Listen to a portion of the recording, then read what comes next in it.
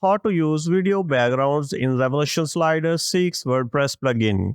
Hello everybody, welcome to my channel Complete Tutorials. In this video, you will learn how to use video backgrounds in Revolution Slider 6 WordPress plugin. Log into your WordPress dashboard. On the left-hand panel, choose Slider Revolution. Hover over the slider you want to edit and click the edit icon. In the editing interface, click on the media icon in the top right corner. Select background and under the source option, click the drop-down menu labeled type. You can choose to upload HTML5 video format or embed a video from YouTube or Vimeo. In this example, we will select the YouTube video. Go to the YouTube and play the video you want to use. Copy the video ID from the URL. Return to the Revolution Slider interface and paste the YouTube video ID into your designated field.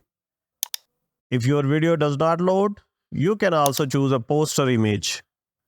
Save your changes and click the preview button to see the updated slider with the video background. That's all. Don't forget to give a thumb up, subscribe, and click the notification bell.